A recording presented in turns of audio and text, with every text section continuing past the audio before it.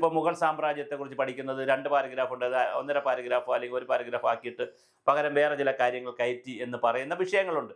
മഹാഭാരതത്തിലെ നന്മയുള്ള കാര്യങ്ങൾ മോട്ടിവേഷനായി കുട്ടികൾ പറയുമ്പോൾ മുസ്ലിം മറ്റുള്ള ഖുറാനിലും ബൈബിളിലും ഒക്കെ മോട്ടിവേഷനുള്ള കാര്യങ്ങളുണ്ട്. നിന്നെപ്പോലെ നിൻ്റെ അയൽക്കാരനെ സ്നേഹിക്കണം, അയൽക്കാരൻ്റെ സ്വത്ത് ആഗ്രഹിക്കണം എന്നൊക്കെ പറയുന്നത് എത്രയോ വലിയ മഹത്തായ ആശയമല്ലേ. അപ്പോൾ ബൈബിളിൽ യേശുദേവൻ പറഞ്ഞു എന്ന് വിചാരിച്ചിട്ട് അത് ക്രിസ്ത്യാനിയാണ് അല്ലെ ബൈബിളാണെന്ന് പറഞ്ഞിട്ട് കുട്ടികൾ പഠിക്കാതിരിക്കേണ്ട കാര്യമില്ലല്ലോ.